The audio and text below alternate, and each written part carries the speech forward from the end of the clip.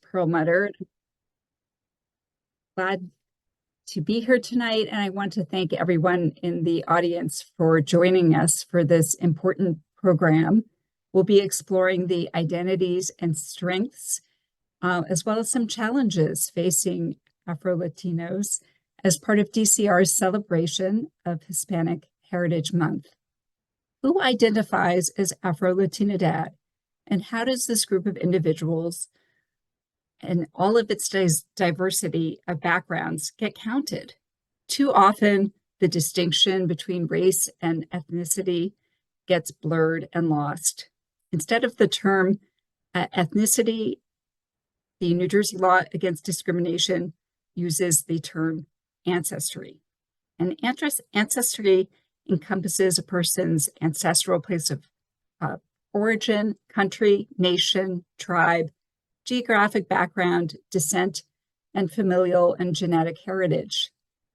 Historically, the focus of counting people in the United States has often required individuals to identify with one singular identity. To those of Latino origin, this has led sometimes to erasure of other equally important identities, such as the experience of being Black in America, being a descendant of indigenous peoples of the Americas, or other cultural identities that make up the spectrum of the Afro-Latino experience. Today, our focus of our conversation is really exploring all of the intersectional identities and how bias and discrimination may be experienced within our communities. What is intersectional discrimination? What does it mean? Coined by the Black activist and scholar Kimberly Crenshaw, the term refers to our intersecting social categories such as race, ethnicity, gender identity, class, ability that shape a person's opportunities and can result in overlapping forms of oppression and discrimination. Take, for example, if a business refuses to serve a Black woman who is speaking Haitian Creole and she's wearing a shirt with a Haitian flag on it, she may have been discriminated against because of her gender, her race, her national origin, ancestry, or some combination thereof. Our mission at the Division on Civil Rights is to prevent, eliminate, and remedy discrimination and bias-based harassment. You'll be hearing how you can file and report a bias incident with the Division on Civil Rights. We are committed to making sure that our complaint process is accessible to you. You can request a Spanish-speaking staff member or an interpreter to help you make a complaint in another language.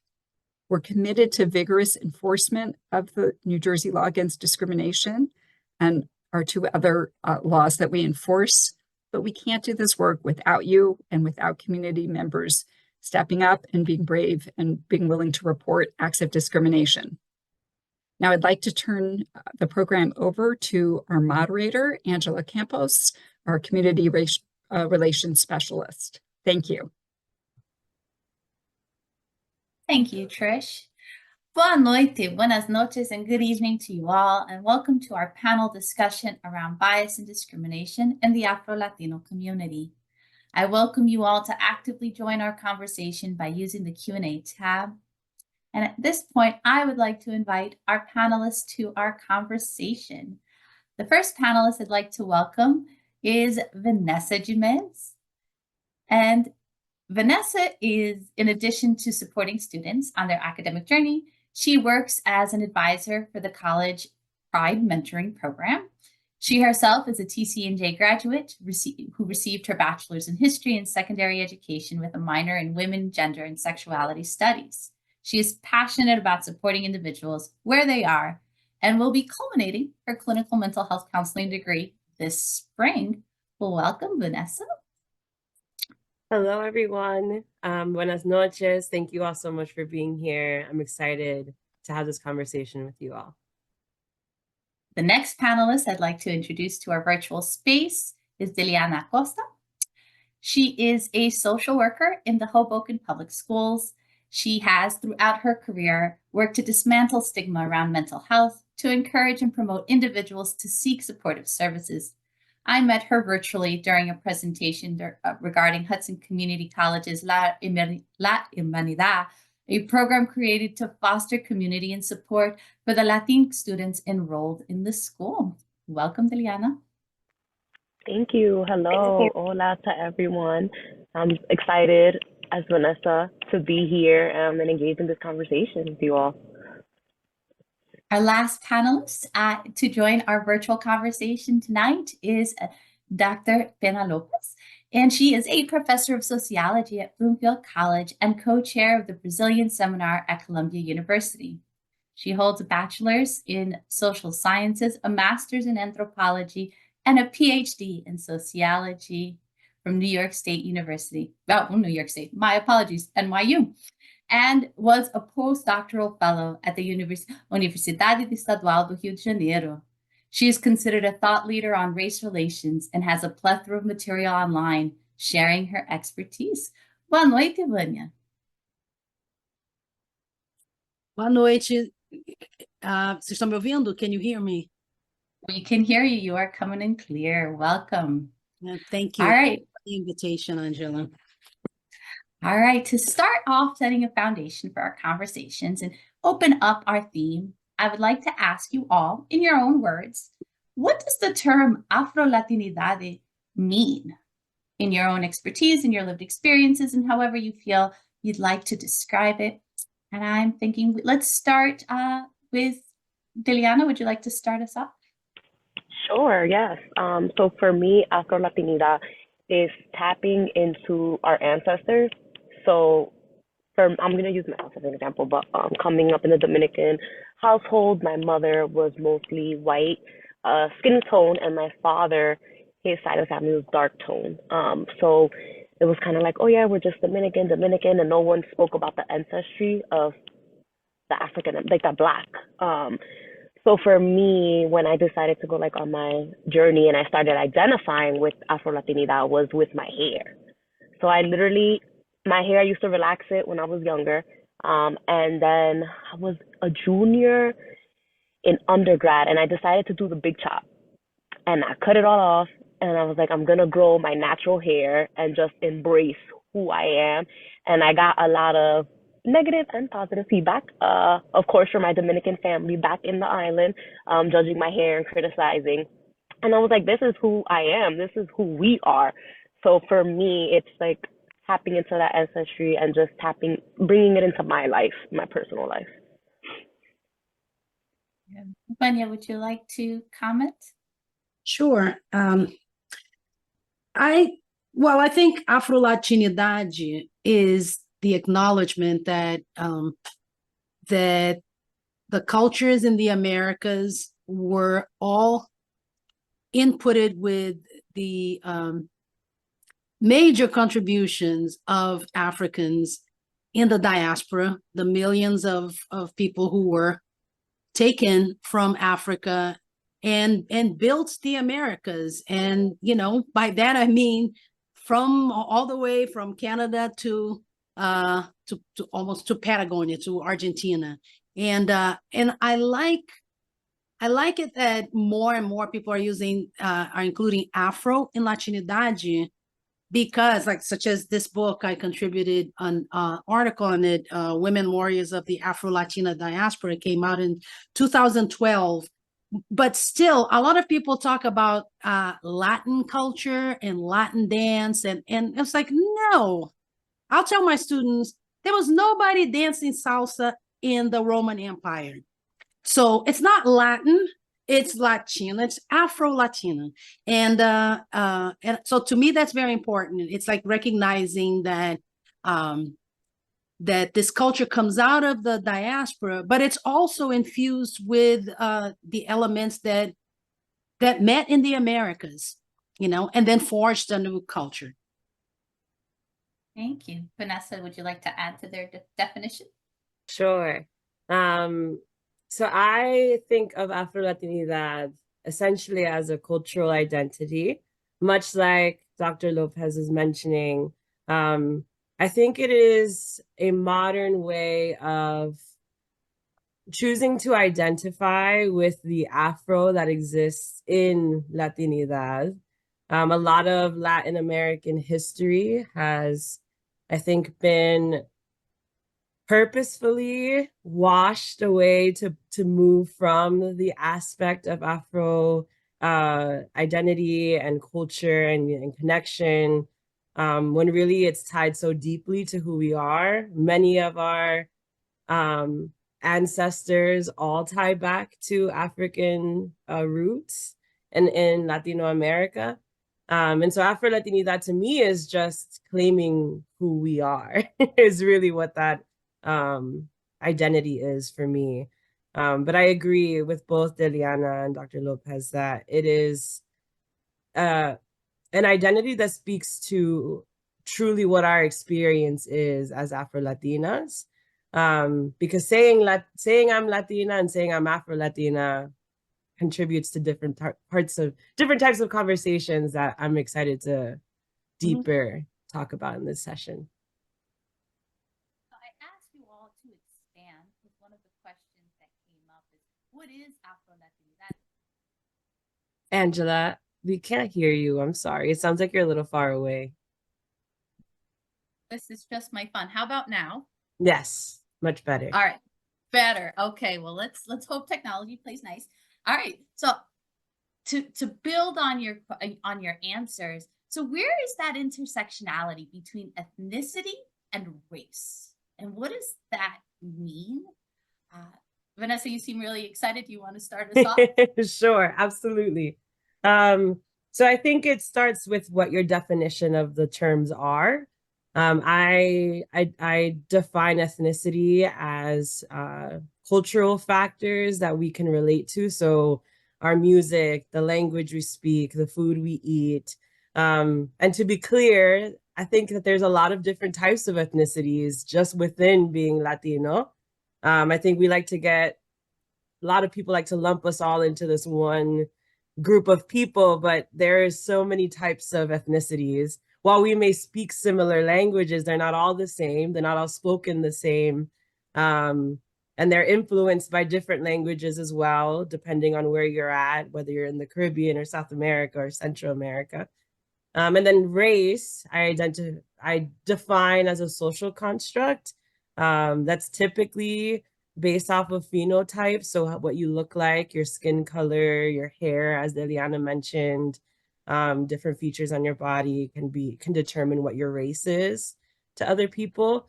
I think the intersectionality for us as Afro-Latinas is important to highlight in a time when I think there are many biracial peoples. I think there's always been biracial people, right? But we're only now coming to acknowledge or respect, I guess, that these things, these people, different type of people exist. But I think of Afro-Latinidad as being as closely linked to biracial. Essentially, in terms of that intersectionality, I am Latina, but the Afro for me is just as how I identify as the Latina part. Some people identify as some Latinos identify as just Latino. There are white Latinos as well who maybe do not present as Afro-Latino, even though, again, I'm sure we're all linked back to an African root. But I think of the intersectionality in that way, where our ethnicity speaks to our cultural ties, our race speaks to what we look like, and sometimes what we look like does not always to others look like what we should be like based off of our race and ethnicity. So that's my answer. I'm sure the rest will provide more.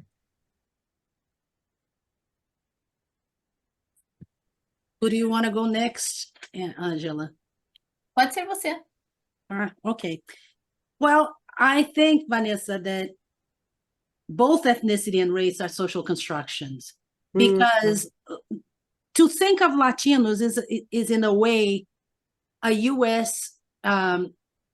category, because like I don't think of myself like I'm Brazilian, okay, and I was born and raised in Brazil, and we in Brazil, well, yes, sometimes we think of ourselves as Latinos, but Latino is a linguistic term, right? So like all the languages that derive from Latin create Latinos, but only in the United States are Latinos thought of as these people, as you said, it's an umbrella term also, right? These people from these different countries who look differently, but they're different from white and black. That's what it ends up being in the United States. sure. So outside of the United States, it doesn't make much sense. And so I also think of it as a top-down term. It's like, yeah, here comes my cat. As a top-down term, he's very learned. Wanting to put all these people together, but maybe the people themselves are not thinking that way. As you mentioned, Deliana, Dominican, we're Dominican, but then you come to the United States and then you become Latina, and then you become Afro-Latina to differentiate from the other Latinos. But then we look at the fact that Latinos may be of any race, right? So there's also that, oh, but you don't look Latina. Oh, I thought you were black. And since when is Latino race so that a Latino cannot be black or white? Because I've heard that too. Well, but she looks like a white girl. There are whites in these countries, and there is racism in all of these countries. So that then there's another dimension, which is there are Latinos, there are people from Central, North, Central, and South America, right? Because Mexico is in North America, who come to the United States and end up embracing the term Latino because in their minds it's better than to be black as they were recognized in their original country. So it's no, I'm Latino. So there's so many layers. So the intersectionality is you get how our own identity, how we see ourselves, how others see us, our nationalities, which are part of our ethnicity, right? But also what we look like, which, people call race, how embedded we are in the communities. And I think also class, because some people have more options to be whatever they want than others because they have, higher economic power.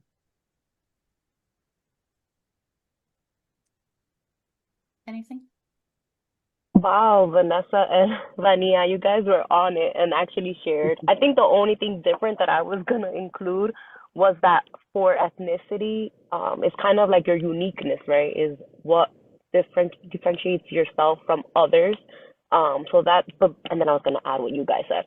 But that's the only thing that I would want to add on is just that's kind of like how you identify yourself, right? And of course, there's all these layers because it's your gender, right? But then it's also your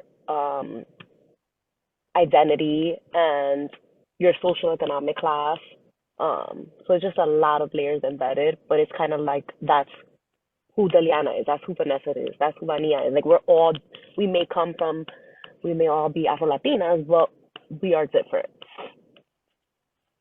And so let's lean into that. How does this, and Vanya, I feel like you've started talking about this. How does this relate to white supremacy? And a term that I've heard in Spanish speaking communities is blanquismo, and in Portuguese is blanquitude. And so what does that layer add to this prior question? And Vanya, if you'd like to start us off.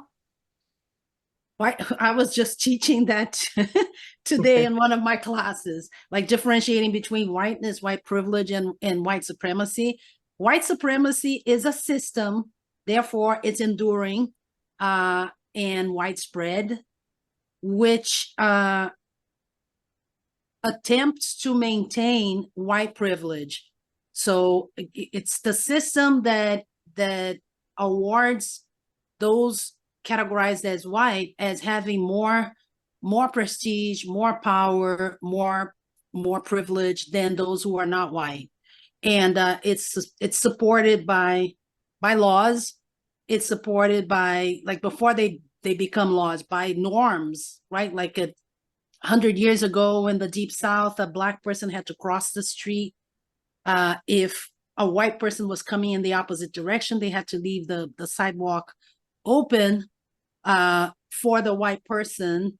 Also, when somebody, especially women, especially white women, cross a young Black man and they clutch their bag, that's part of white supremacy. Oh, he's a threat. I must protect myself, protect my privilege. And so behaviors, attitudes, right? Like thinking, oh, these people are better, or we're better. That's the way things have always been. So, we justify it that way. But I think that it's like the fact that it's a system. You and I, as I like to say, you and I are going to die and the system will continue. And people will fit into the system in, with more or less privilege, depending on how society views them.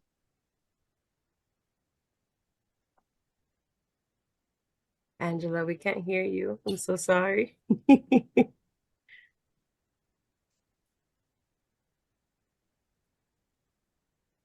We still can't hear you.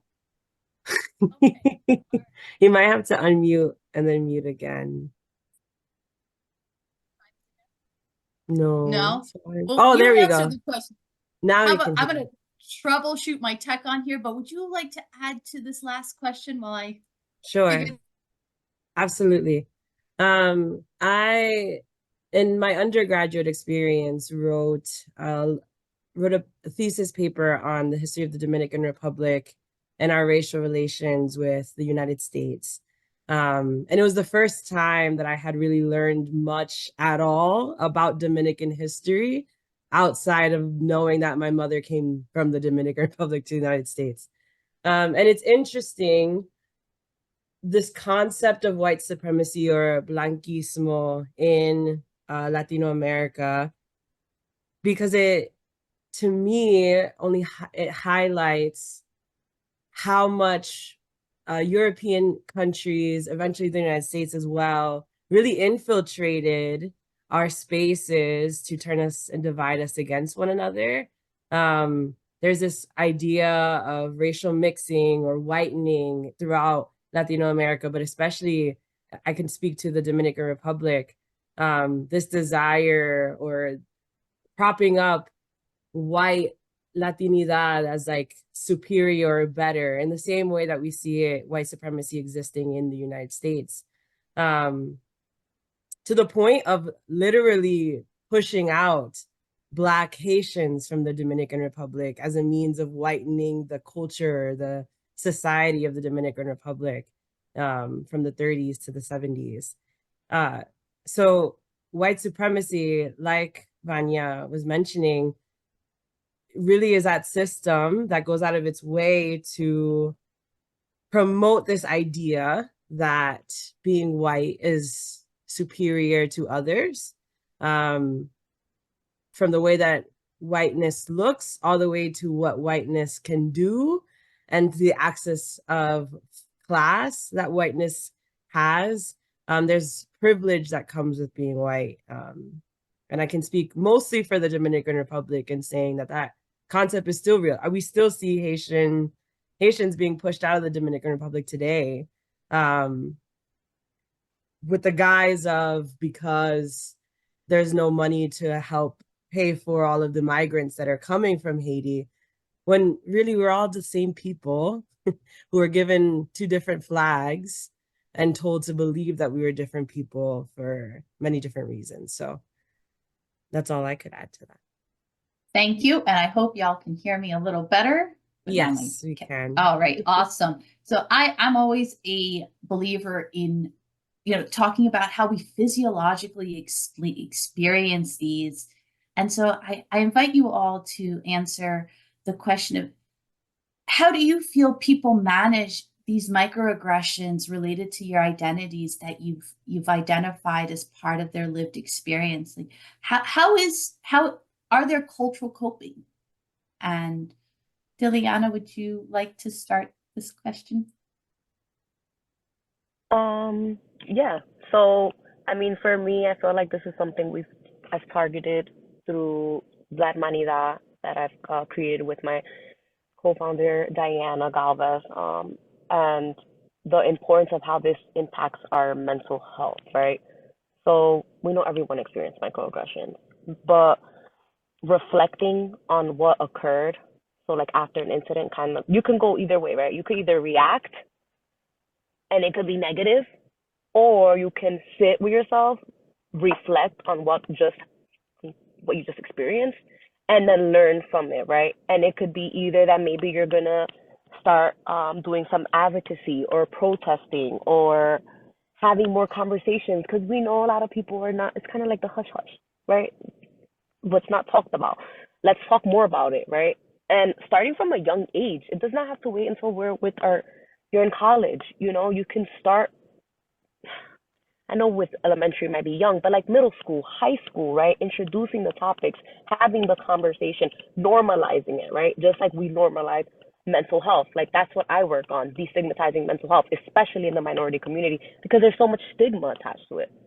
So having those conversations with people around you in your community, that's definitely a way that I feel that it can be managed.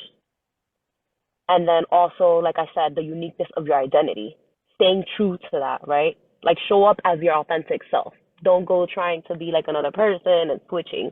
So like that's my response from just like my perspective of my work. So yeah. Thank you. Mm-hmm. Vanya, would you like to come in next? Yeah, sure. I think microaggressions are becoming more visible, maybe more commonplace, because nowadays people cannot, well, they can, but it's like being openly racist today, since the laws changed 50 years ago, is, well, almost 60 years ago, is harder. So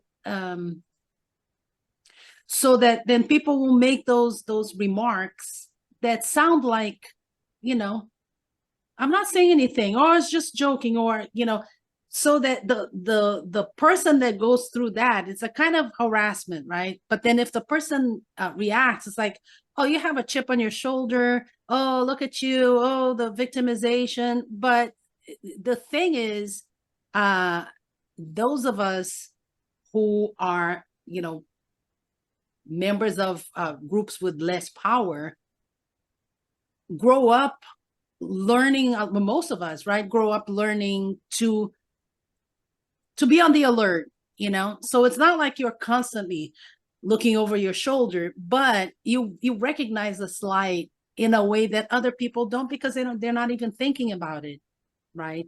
So it's something, microaggression is something that psychologists started working on, right, using that term, but now sociologists also study, because it has implications not only for the individual but for the relationships that people have, right?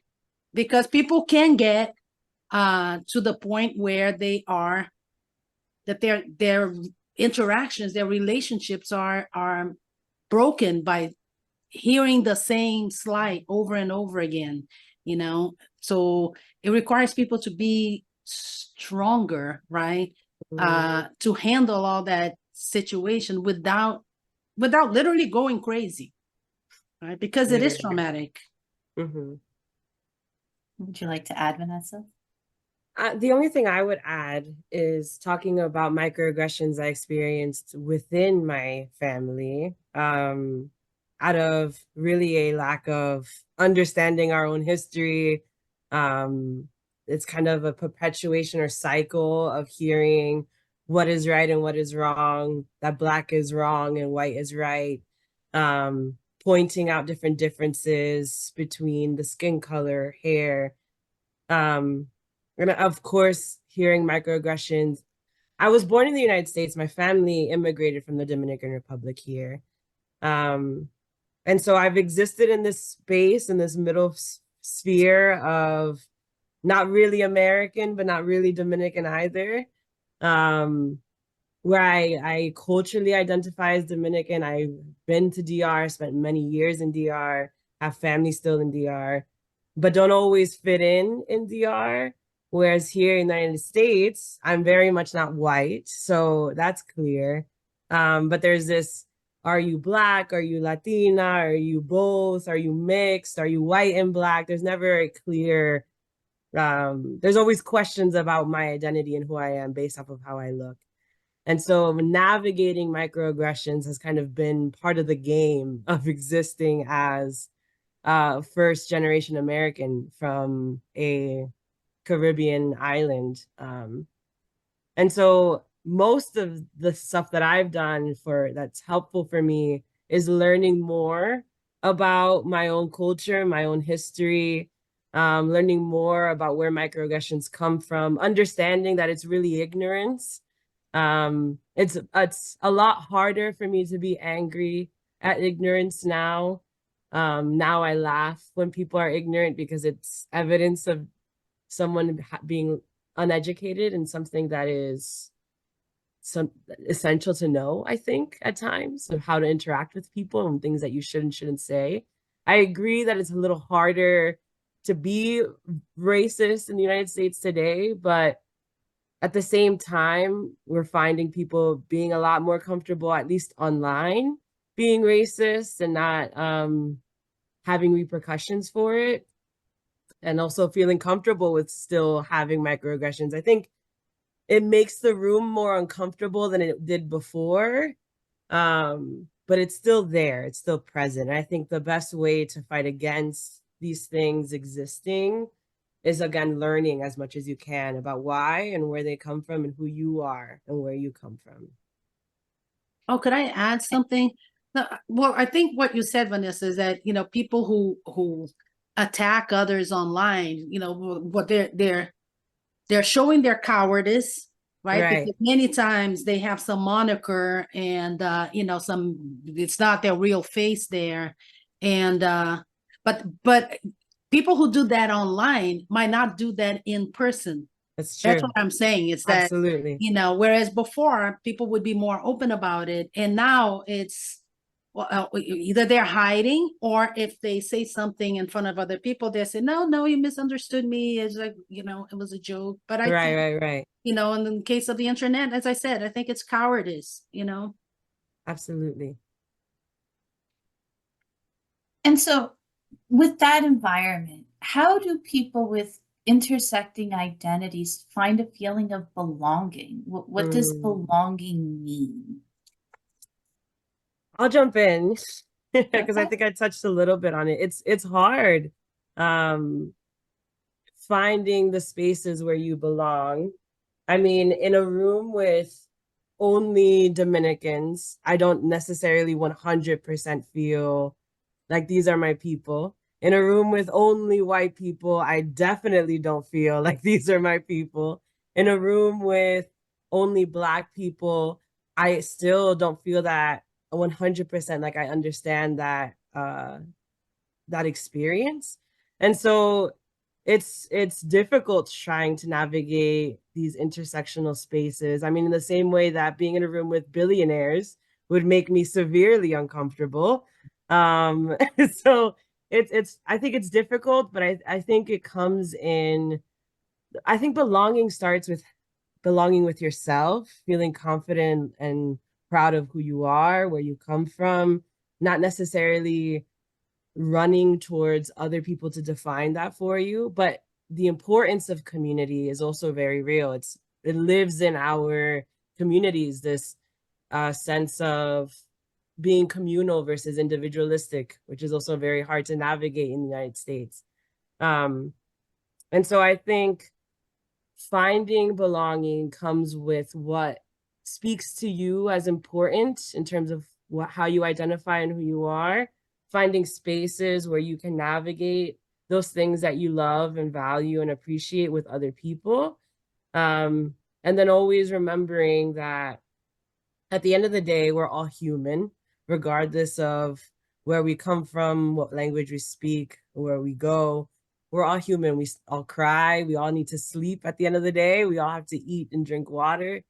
And I think we all need to, at times, come back to that concept, that forgetting that we are all human is what leads to divisiveness and leads to feeling like you don't belong.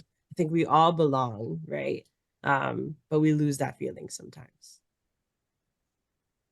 I'm gonna just add on to what Vanessa, because I feel like it flows, but creating your own community, right? So I was lucky enough to create something, a community of women, right? Um, in higher education, but now we're opened it to everyone. So I would love everyone to join. But we opened it up to the community because sometimes, some people don't want to talk to other people or are shy. And like we give the option, have your cameras off if you want, use the chat, but you feel included, right? So sometimes it's just creating a community where you're gonna feel safe, heard, listened to, be receptive, right? Um, and have people that you can do things with, so that way you're not isolating yourself, Mm. and it's just like me against them or me alone, right? But even that sometimes could be a challenge, right? But I think with building your own community and like you said, educating yourself, like that's Vanessa said, the education, like that's key, right? So yeah, that's what I wanted to just add in there. Yeah, Vanessa, you read my mind, because I was gonna say, yeah, ultimately we can have affinities with everybody because it's one species. And to me, if we look at our interests go beyond different ethnic groups, different races, right? There are things that we have in common. And here I am with my glass, my Botafogo glass. So, this is my team. I spent most of my life in the United States, but I'm totally connected with Brazil, and I spend part of the year in Brazil every year. And I've made friendships with people because we root for the same team. There aren't that many of us, and it's like, oh, you're Botafogo, me too. Oh, do you want to go to a game together? So regardless of race, regardless of ethnicity, there is that. There are, oh, you enjoy this music, you like this food.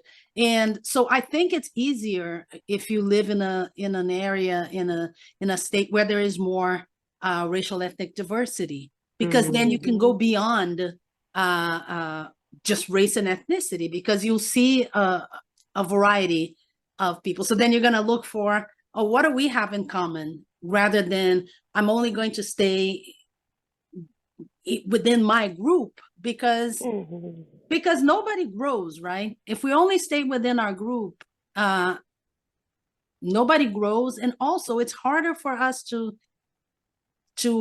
confront our own prejudices, because all of us are prejudiced.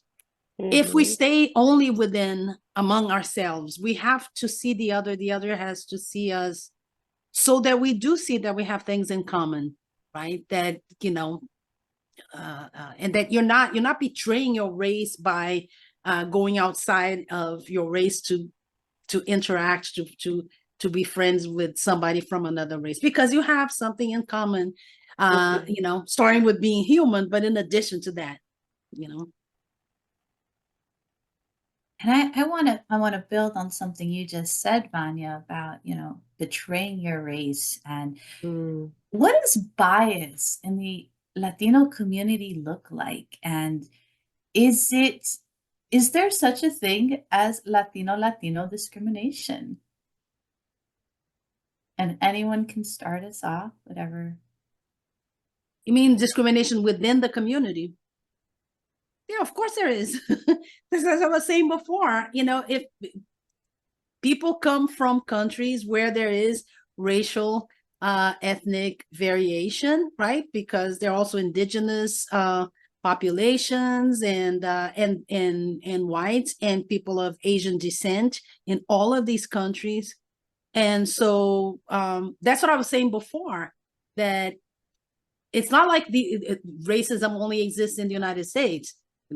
We all come from countries where racism also exists, but then coming here and being labeled Latina, for some people, it's a way of, then I don't have to fall into the black-white dichotomy, Mm. So I'm something else, and maybe it's better to be that something else. Sometimes I have more frustrating conversations about bias and colorism and marginalization with people that are Latino. Again, out of a lack of understanding our history, understanding how we are all indigenous, Afro, white, Asian, as you mentioned, Vanya. Racism is very much prominent amongst all countries really in the world. I mean, where there is racial variation, there will be some level of racism to some extent. Um, and so it definitely exists. I mean, colorism is real. Like Deliana mentioned, growing up, hearing comments about my hair texture, my weight, my face. I was called negrita growing up, which is little black girl. But there was no conversation behind what those terms meant. Sometimes they were said to you affectionately, sometimes they were said very much offensively. It's it's a strange space to exist in, and so the bias is there absolutely. Again, I think the way to fight it is to do your best to educate. It's hard to have to take on the role of being the educator for people who have learned only one way of being their entire lives or understood um, race as one thing.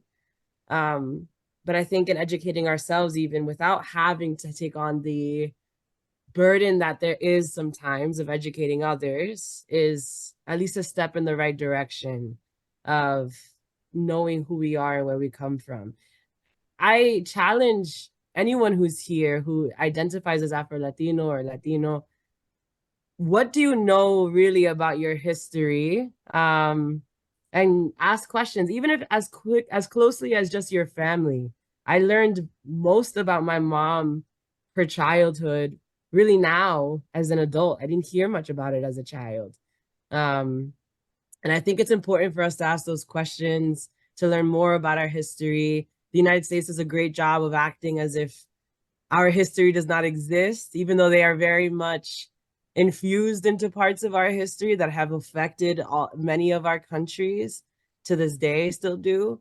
But our history is real and it exists. Latin American history isn't studied often, but it is important, I think, to understand the context of where we live and exist today. So it exists, absolutely. Marginalization, racism, colorism, it exists and it's harmful. It makes, I think, our fight for equality amongst all of us as people more challenging, because we're not just fighting white supremacy as if the system, we're also fighting it within us as Latinos. That system has infiltrated into who I see ourselves as, how we interact with one another. That's what makes it a system. It's not like it's white people that are the problem, right? It's the system that has been formed that makes white people seem superior, and provides privileges to them. We as a people have taken on these ideas that have been a part of the system to kind of contribute to it continuing to exist. So I think that's what makes it difficult to fight against white supremacy, is that it's not just white people, right? It's all of us. We all play into it to some extent. And like Vanya mentioned, we are all prejudiced. You can look at me and have one perspective of me just from this conversation, but you know nothing about me outside of the fact that I'm Dominican and identify as Afro-Latina, right? And so that's an example of prejudice in and of itself. We judge one another constantly. And the only way to stop the continuation of white supremacy and the way that it holds people of color down, I think, is by talking to each other and to other people about what's going on and why it exists. Right. And going back to the idea of system, right? And not Right. all whites are racist. Right. That's Right. the other part, right? Because we're not talking about individuals. And Right. we look at the history of social movements to decrease racism, they are interracial. All of them are interracial. So Right. we also have to recognize allies in other groups, right? So it's like, oh yeah, well, it's Afro-Latino, so only Afro. No, because you know, literally the more the merrier, right? Right. Right. And so I think that's important too, because otherwise, you know, people are not going to stop being white, and we're not going to stop being black. So it's not it's the system that needs to be questioned, right? Absolutely. Because again, individuals will, well, they may move to other countries, they may die, you know, but then others will occupy that space, Right. because the system has room for all of us. So then it's the system that we have to confront, right? Absolutely. I want to add on the system, but also for the new generation, us teaching them, Mm. right? And having these conversations so that, I mean, I never got that conversation as a child growing up. Like, my family didn't really talk about the racism or the colorism. It was, you know, my mom came from Dominican Republic, sixth grade level of education, worked in a factory, was not educated, right? I didn't have these conversations. So if we're able to implement with our children or our students, family members, like having the conversation, that's important. And also, I think it's important for all of us. This is something that I do with, like, when I'm supervising, but identify your biases. What are they? Because we all have our biases, we all have our prejudice, right? But identify them. What is it? Know what you can tolerate, what you can and cannot tolerate, right? Um, and that's also important. But that's really digging deep with yourself, and some people want to avoid it and not do it.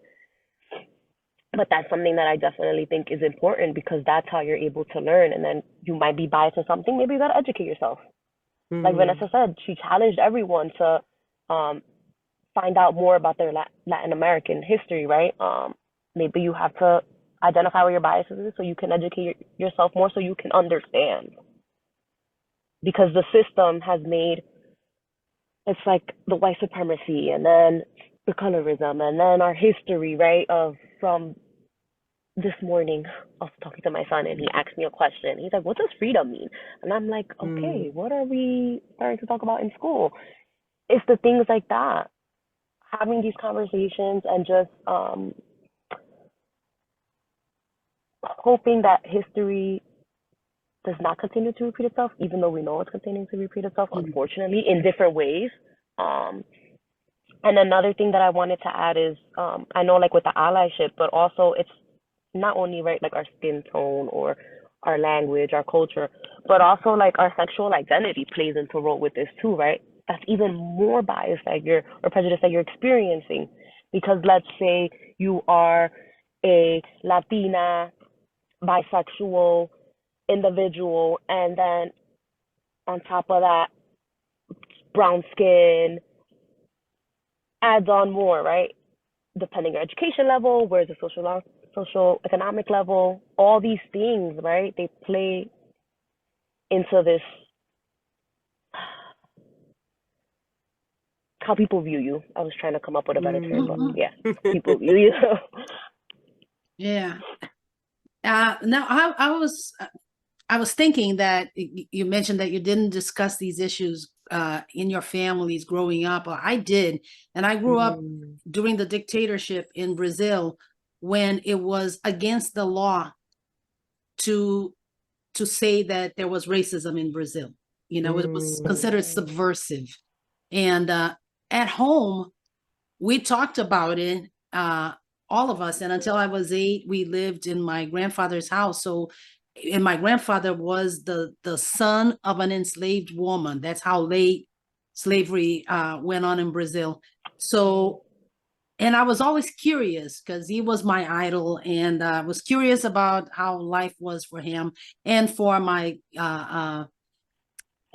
my grandmother, you know, my father's mother and my mother's father, and and we would talk about it, and we would talk about expressions such as, there was such an expression in Brazil when I was growing up. So and so is negro de alma branca, a black person with a white soul. Oh, so what is that supposed to mean? So do souls have colors? And so if it's a good person, in the contrast, right? Although he is black, his soul is white, so he's still a good person, unlike somebody else. So all of that was discussed, and the reason I chose this career was because we always had those discussions, but then at age 14, it's like I was watching TV. It's like, what?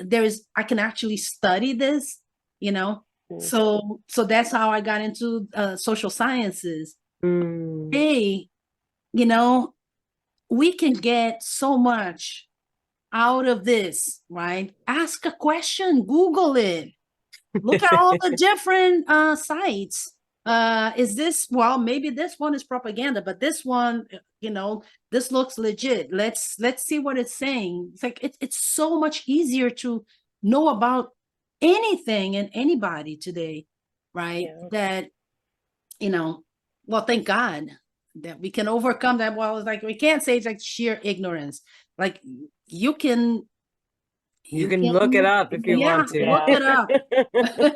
You look it up if you really want to. Right. Yeah. And So that's while you good. were, I'm ahead, sorry, Daniela. Andrea. I was gonna say No, to go Vania that ahead. you grew up and they spoke to you about the history. I feel like I didn't really learn about the history of Dominican Republic, like the dictatorship of Trujillo, until like I had a conversation with my father, and he's like, "Yeah, my godfather was his sergeant." I'm like, "Wait, what?" I'm like, "I want to know more," and like just finding out that my grandmother, who is black skin tone, was a maid in his house. Yet he didn't want the black race in the country. The skin tone didn't matter what, if you were Haitian, Dominican, it did not matter. So it's just interesting to learn certain things, and I'm like, wow. So I feel like that's why it's important. Like I'm going to teach my son all these things, and the earlier the better, right? So that they have these tools, and hopefully that decreases the biases, or that decreases racism. Is always going to happen, unfortunately, but it's how you respond. Like I was saying earlier, right? Instead of feeding into it, responding in a different way. And one of the comments in our chat was pointing out how I can add that it's not just in Spanish soap operas, it's also found in Brazilian soap operas, or novelas, that the cooks and the caretakers are generally people of color, and the main characters are usually very pale. So we are almost at this. We're going to take a little break when I'm going to do a presentation, but I have one more question for all of y'all. So what are some resources within our community that exist to support people that are facing biases? So I'm going to touch a little bit about the division in a few minutes, but I wanted to give you all an opportunity. Are there, resources that you're really proud of? Liliana, we've already lifted up La Humanidad, so I don't know if you want to touch some more on that. But I always like to end on hope. And so, where can people find support? And anybody can go first in I guess sharing. I'll start. So La Hermanidad, like I said, Diana and I created it to target women in higher education, to heal through storytelling, right? So we do a lot of talking, we have a lot of dialogues, and the hope is, it's interesting because we get like young individuals and then we get older individuals, so you kind of get to see the different perspectives. But the beautiful thing is what's learned and taken away from the dialogue series. So that's something that we created. I will definitely put it in the chat and share with everyone. This is oh my God, I think this is like our third year going into it. We do 3 sessions in the fall, and then 3 sessions in the spring, once a month. And I think it's a great space that we've been able to create.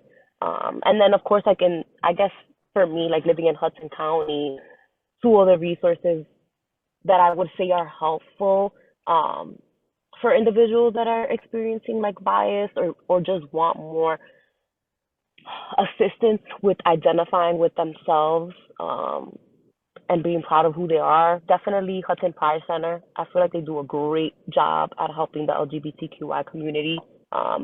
with various issues. I would definitely say that's one of the good resources in Hudson County, as well as we have like Women Rising, which is for DV victims, right? Because we know that people are experiencing multiple layered issues, right?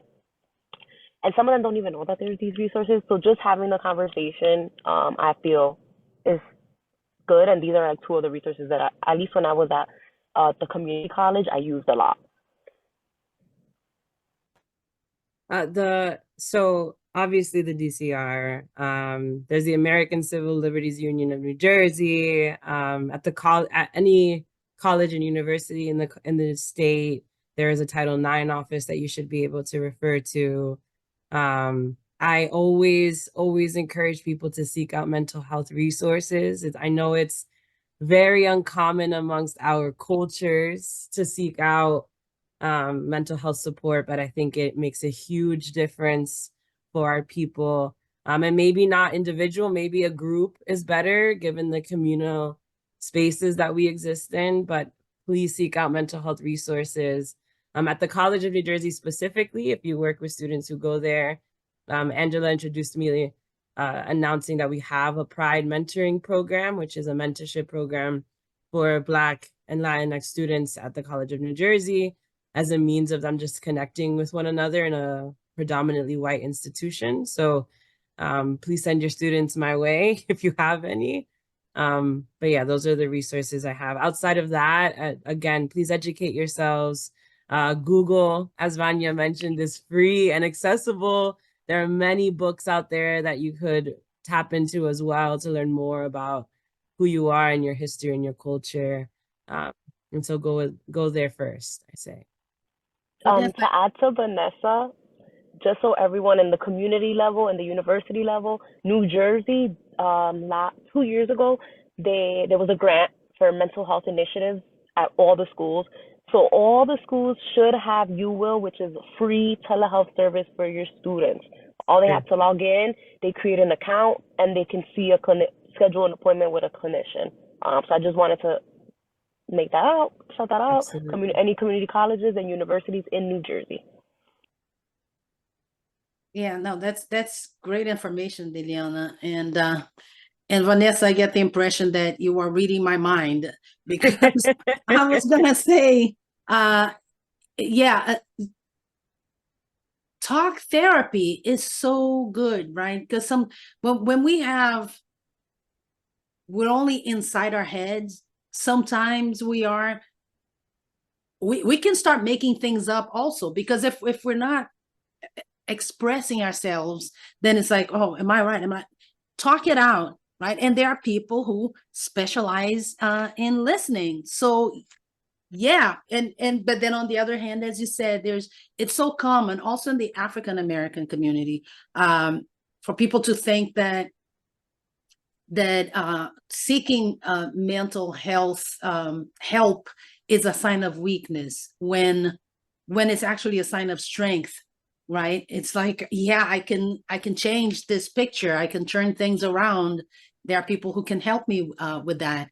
And you mentioned it, well, Googling also, but also looking for communities within the internet. That is another thing that is helpful, right? Because you can connect with anybody anywhere in the world. So people can forge community beyond national borders, beyond sexual orientation, beyond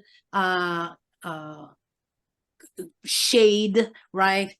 Lighter or darker or whiter, looking for those who are going through the same thing, and and benefit from it. For sure. So at this point, I am going to give you all an opportunity to take a little reprieve before I invite you back on for us to look at some of the questions that have come up. And I am going to do a very brief presentation on how the Division on Civil Rights can help everyone. So I invite you to turn your cameras off, and I'll bring you back on as soon as I'm done with my presentation.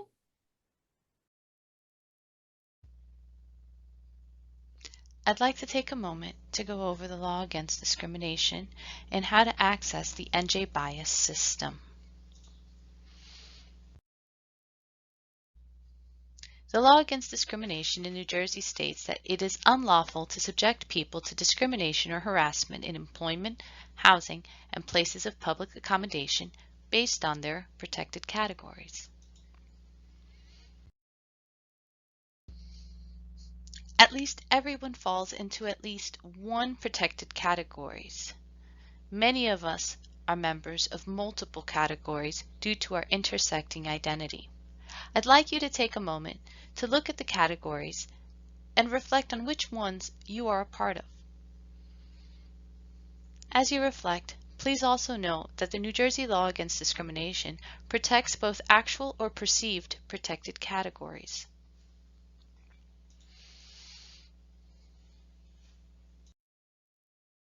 Let's take a moment to look at the protections afforded in employment.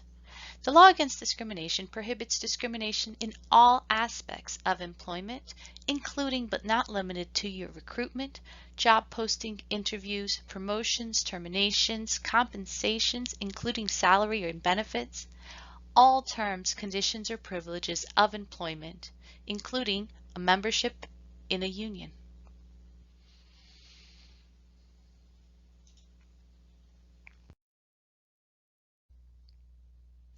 In spaces of public accommodation, the law against discrimination prohibits discrimination in anything that's generally open to the public. For example, any place that offers goods, services, or facilities to the public, including schools, businesses, restaurants, summer camps, hotels, medical providers, and governmental agencies like law enforcement.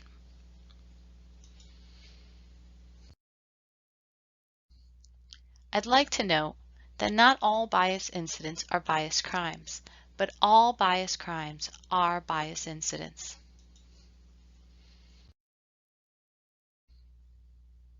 I'd like to now introduce you to the NJ bias system where you can file a complaint.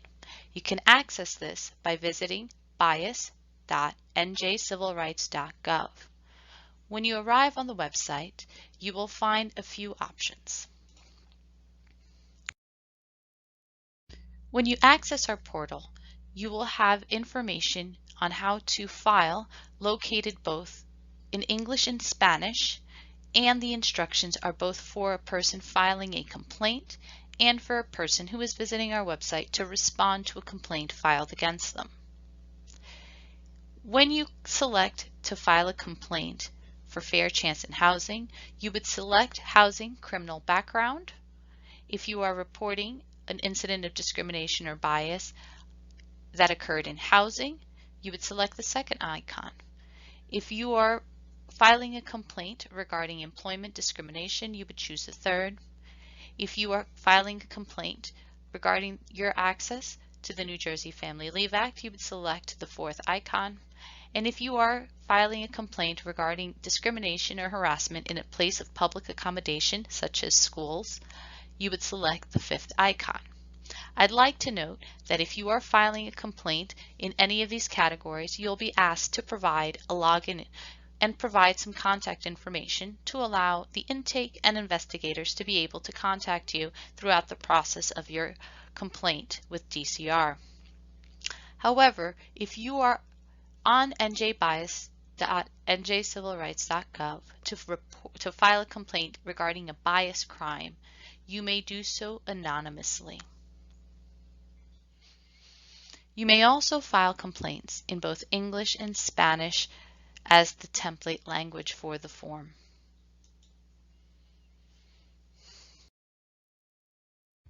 I would also like to welcome you to join us at our upcoming trainings hosted by the Division on Civil Rights Education and Training Unit. They provide free trainings on a plethora of topics, including discrimination in housing, recognizing and responding to microaggressions, understanding implicit bias. You can find more information at www.njcivilrights.gov.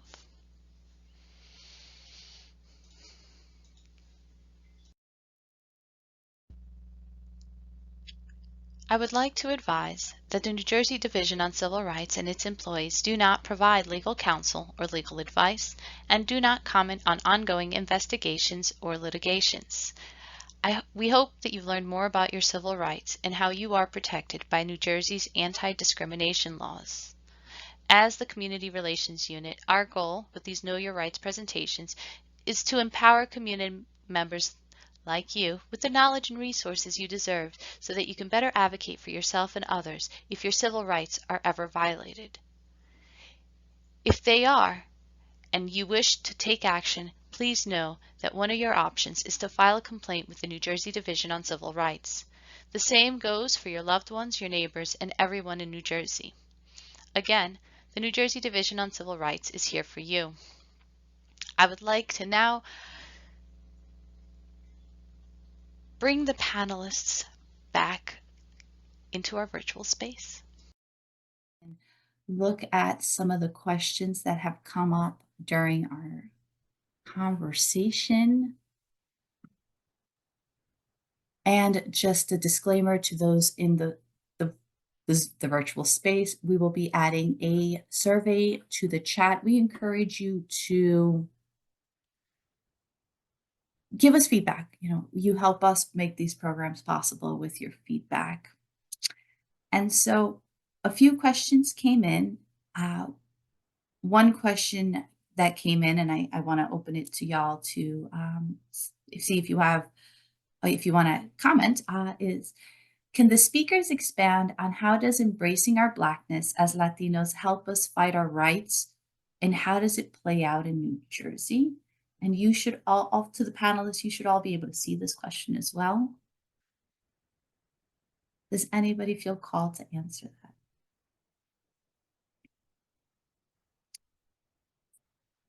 I think that in embracing our Blackness, the thing is that I think Latinos don't grasp sometimes is that we're not discriminated against for being Latino, right? We're discriminated against for our relation to Blackness.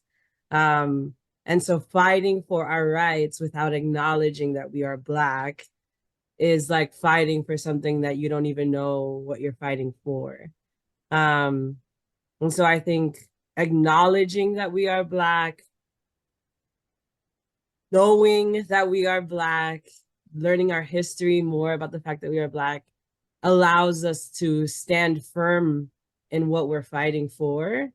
New Jersey is as liberal or as educated as New Jersey can be. It's also one of the most segregated states in the country. In Perth Amboy is all Dominicans, right? Elizabeth is all Colombians. Newark is all Black people. So I think in New Jersey specifically, we have to do a better job of getting to know people of different backgrounds and races, eating different food, listening to different music, connecting with people with different backgrounds. Don't be scared of it. Dr. Lopez, I think, mentioned when talking about the fact that we're all human.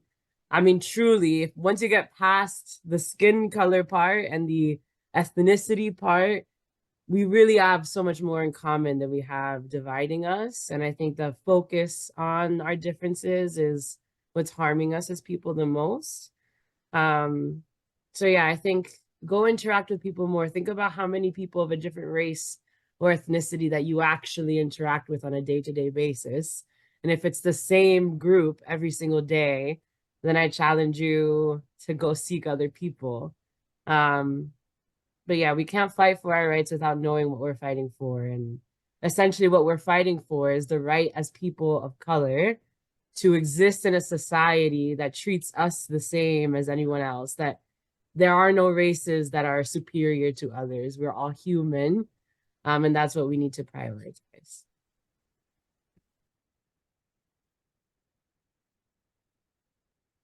Yes, I would just add that research shows that everybody benefits when there's variation, when there's diversity, because we are different, right? Human beings are different in so many ways. So the problem is not the difference. The problem is when we say that that we're different and some of us are better than others. That's what we have to combat. But it's great to be different because we add to each other's lives. And, students, for example, who from different racial ethnic backgrounds, who study in integrated schools, perform better than students who go to only only Black schools, only white schools, only Latino schools. No, because when we get in touch with other people, we can see that something can be seen from a different light. Like, oh, I hadn't thought about that, but that's how they see it. So then we can exchange different points of view, and it's like, oh. And I think that's how we find solutions for problems, right? We got to get out. Sometimes we're in a rut, like, I can't get out of this. I don't know how to fix this. I don't know how to solve this. See how other people try to solve it,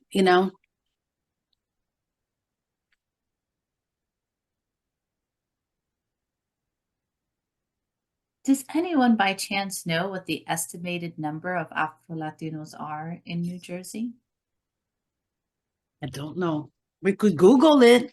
I think even if it was recorded, there's probably way more that who don't identify as Afro-Latino, but Right. actually are. But we could Google it. I'm Googling it. And See. so one of the questions that came on while she's Googling was, it's an anonymous attendee asked, I don't understand the term being used, Afro-Latinidad, and I feel like we've used variations of that. Can anyone succinctly put that word into like different terms? Just to make sure our participants who aren't Afro-Latinos, Sure. I think it would be a cultural identity of someone who is from Latino America, who identifies as well as African or being of African ancestry. So both being from Latino America, but also highlighting the fact that there is Afro ancestry as well that they're identifying with. So cultural identity, essentially. I don't see, you get white, Black, Latino, Mm. and even though in the census, they always say, they always put an asterisk, Latinos may be of any race, Hispanics may be of any race. Yeah, but that's not how they collect the data. Right. So yeah, I did not, no. And if you as a Latino put Black as your race, then they just count you as Black. Right. And not the Latino part. Right. so I don't know if y'all believe it, but we are almost out of time. So I wanted to just give you all an opportunity to make some closing remarks. Before I make some, I'll close. I will make the final closing remarks, but I wanted to go around the virtual space and give you all an opportunity to say anything you feel called to say. Anybody particularly feel called to start us off? Vanya, would you like to go first? Okay. Well, thank you, Angela, for your invitation. Thank you, Vanessa and Deliana. I didn't know any of you, and now we do know each other, and I think it's been a lot of fun to have these conversations because, when as I said earlier, when I at 14, I can study this. But my goal was to, it's like, if I'm going to study social sciences, I want to speak and write in a way that people can understand without having to have studied social sciences. So I think that initiatives such as this one are really good for all of us to get more knowledge, right, without having to take an exam on it.